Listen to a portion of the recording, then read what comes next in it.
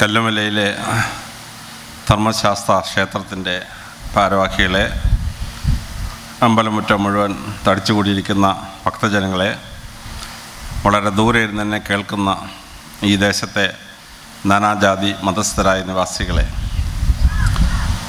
അഖില ഭാരത അയ്യപ്പ സത്രം ഇന്ത്യയിൽ വളരെ അപൂർവമായി നടക്കുന്ന ഒരു സംഭവമാണ്. അത് ഈ ക്ഷേത്രത്തിൽ അരങ്ങേറുമ്പോൾ ഇവിടെ വരാനും നിങ്ങളോട് സംസാരിക്കാനും കഴിയുന്നത് ജീവിതത്തിലെ വലിയൊരു ഭാഗ്യം എന്ന് ഞാൻ കരുതുന്നു.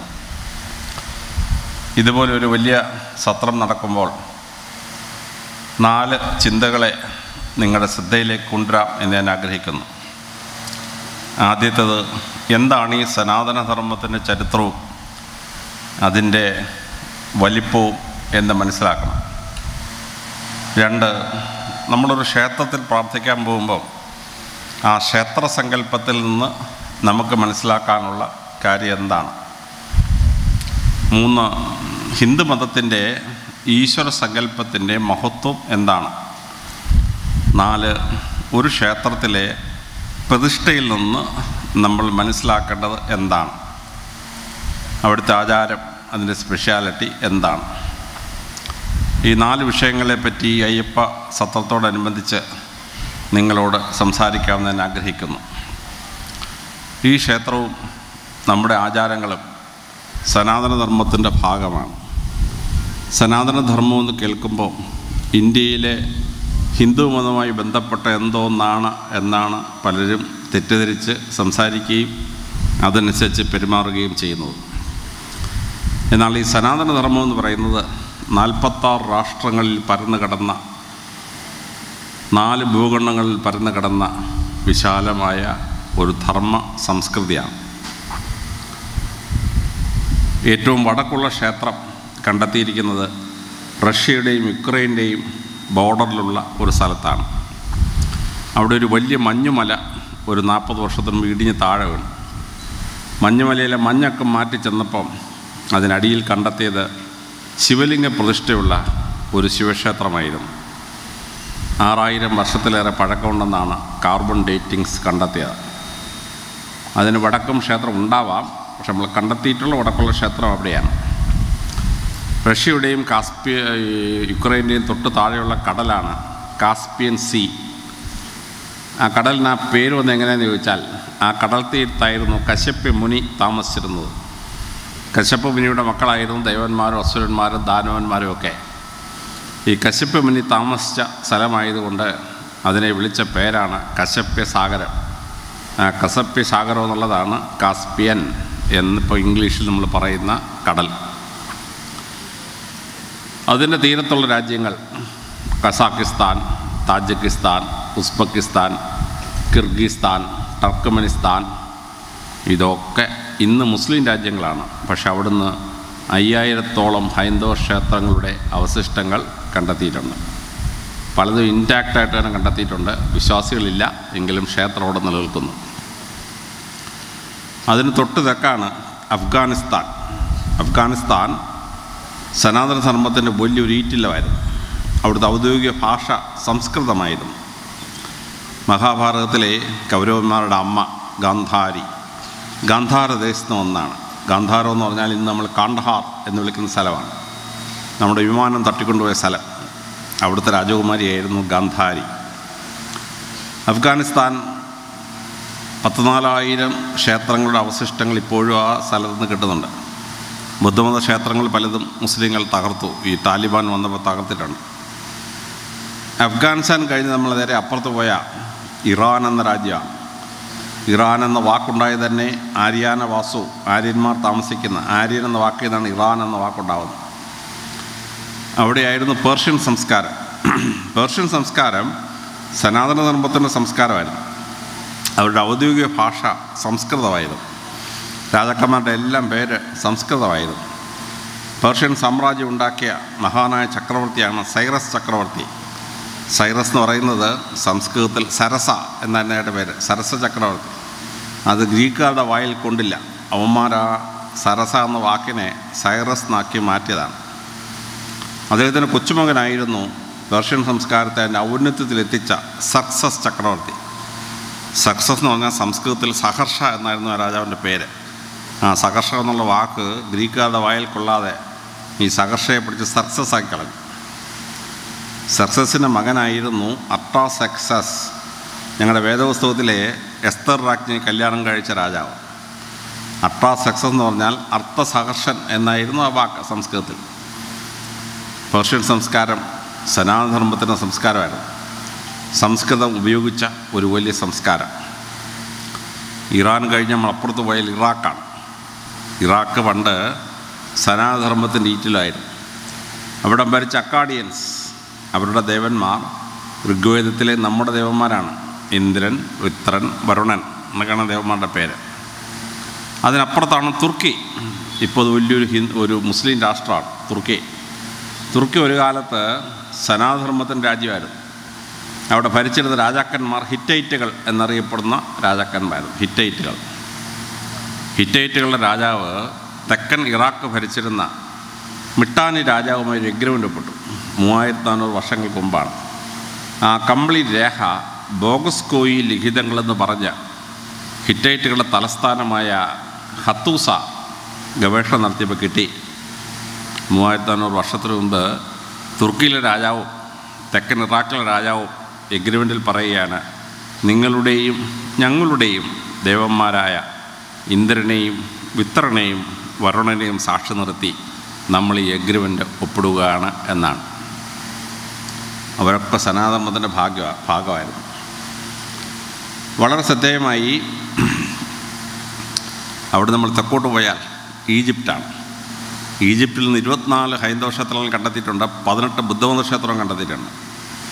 നമ്മുടെ ദേവന്മാരെയൊക്കെ അവർ പേര് മാറ്റിയാണ് വിളിക്കുന്നത്, അത്രയുള്ള അതിൻ്റെ വ്യത്യാസം. അവരുടെ ഏറ്റവും പ്രധാനപ്പെട്ട ദേവൻ അമൂൻ ദേവനാണ്.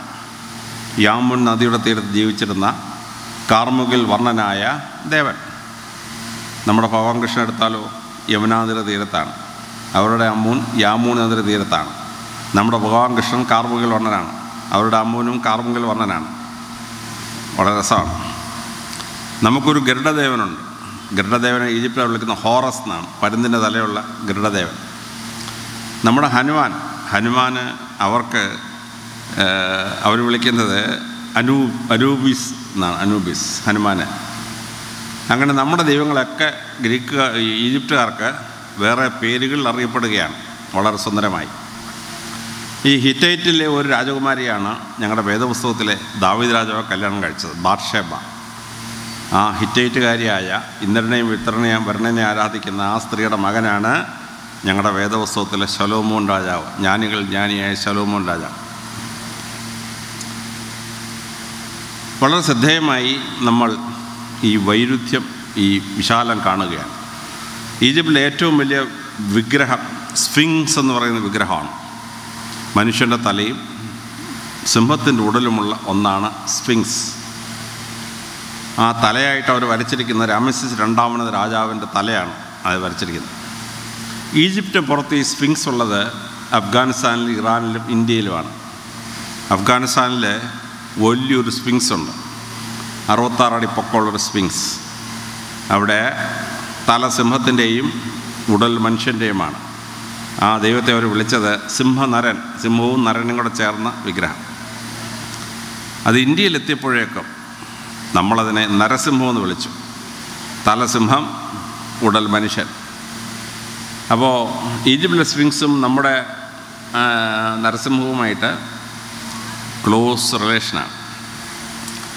ഇനി തെക്കനേഷ്യയിലെത്താലോ, മുഴുവൻ രാജ്യവും സനാതനമായിരുന്നു. പാകിസ്ഥാൻ, ഇന്ത്യ, ബംഗ്ലാദേശ്, സിലോൺ, നേപ്പാൾ, ഭൂട്ടാൻ തുടങ്ങിയ എല്ലാ രാജ്യങ്ങളും ഹിന്ദുമത രാജ്യങ്ങളായിരുന്നു.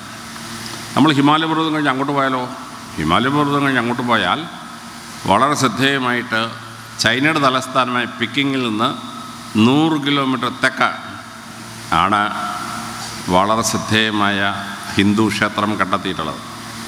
തെക്കൻ ചൈനയിൽ 4000-ഓളം ഹിന്ദു ക്ഷേത്രങ്ങളുണ്ട്. 4000-ഓളം ഹിന്ദു ക്ഷേത്രങ്ങൾ. നമ്മുടെ സിദ്ധന്മാരുണ്ട്. ആ സിദ്ധരിൽ 3ാമത്തെ പ്രസിദ്ധനായ സിദ്ധൻ അഗസ്ത്യമുനിയുടെ ശിഷ്യൻ ആയിരുന്നു ഭോഗർ. ഭോഗറുടെ ഏറ്റവും പ്രസിദ്ധമായ ആശ്രമം എവിടെയായിരുന്നു? അത് പിക്കിങ്ങിൽ നിന്നൊരു 200 കിലോമീറ്റർ തെക്കായിരുന്നു. ബവോതായ് എന്ന് പറയുന്ന ആശ്രമം ഹിന്ദുമതാശ്രമമാണ്. ചൈനയിലുണ്ടായിരുന്ന ആശ്രമം. അവിടെയാണ് താവോയിസത്തിൻ്റെ ഹെഡ് ക്വാർട്ടേഴ്സ് ഉള്ളത്. ഫോഗറുടെ പ്രസിദ്ധമായ ആശ്രമം. ആരാണ് ഈ ചൈനയിലും ജപ്പാനിലും കളരിപ്പയറ്റ് കൊണ്ടുപോയി കരാട്ടെ ഉണ്ടാക്കിയത്? മലയാളിയായ ഒരു സ്വാമി. അയാൾ പോയിട്ടാണ് ഈ കരാട്ടയൊക്കെ ഉണ്ടാക്കിയത്. തെക്കേ ഇന്ത്യയിൽ നമ്മൾ കിഴക്കോട്ട് പോയാൽ ബർമ്മ ഹിന്ദുമത രാജ്യമായിരുന്നു, മലേഷ്യ ഹിന്ദുമത രാജ്യമായിരുന്നു. അപ്പുറത്ത് തായ്ലൻഡ് അന്നും ഹിന്ദുമത ഭൂരിപക്ഷമാണ്, ഇന്നും ഹിന്ദുമത ഭൂരിപക്ഷമാണ്.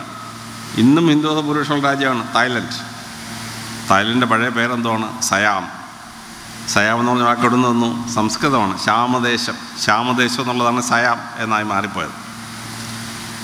തായ്ലൻഡ് കഴിഞ്ഞ് തൊട്ടപ്പുറത്ത് പോയാൽ കംബോഡിയ. ലോകത്തിലെ ഏറ്റവും വലിയ ഹിന്ദു ക്ഷേത്രം ഇന്ത്യയിലല്ല, ലോകത്തിലെ ഏറ്റവും വലിയ ഹിന്ദു ക്ഷേത്രം കംബോഡിയയിലാണ്. അങ്കോർ വാറ്റ്. 10 ചതുരശ്ര കിലോമീറ്റർ ചുറ്റളവിൽ 5500 ഏക്കറിലാണ് ക്ഷേത്രം പണിഞ്ഞ് കയറിയിരിക്കുന്നത്. 10 ചതുരശ്ര മാവേലിക്കരയും കല്ലുമലയെല്ലാം ഉൾപ്പെട്ട കട്ടാനൊക്കെ ഉൾപ്പെട്ട ഒരു ക്ഷേത്രം നിങ്ങൾ മനസ്സിൽ നിന്ന് കണ്ടു നോക്കിയേ. അതാണ് കംബോഡിയയിലെ അങ്കോർ വാറ്റ്. തറയിൽ നോക്കിയാൽ ക്ഷേത്രം മുഴുവൻ കാണാൻ ഒക്കെയില്ല. നമ്മൾ ഹെലികോപ്റ്റർ കയറി മേളിൽ ചെന്ന് കീപ്പോട്ട് നോക്കണം, എങ്കിലേ അങ്കോർ വാറ്റ് മുഴുവൻ കാണാൻ പറ്റുള്ളൂ. ജയവർമ്മൻ 2 മുതൽ ജയവർമ്മൻ 7 വരെയുള്ള 7 രാജാക്കന്മാരാണ് അങ്കോർ വാറ്റിലെ ക്ഷേത്രം പണിഞ്ഞത്.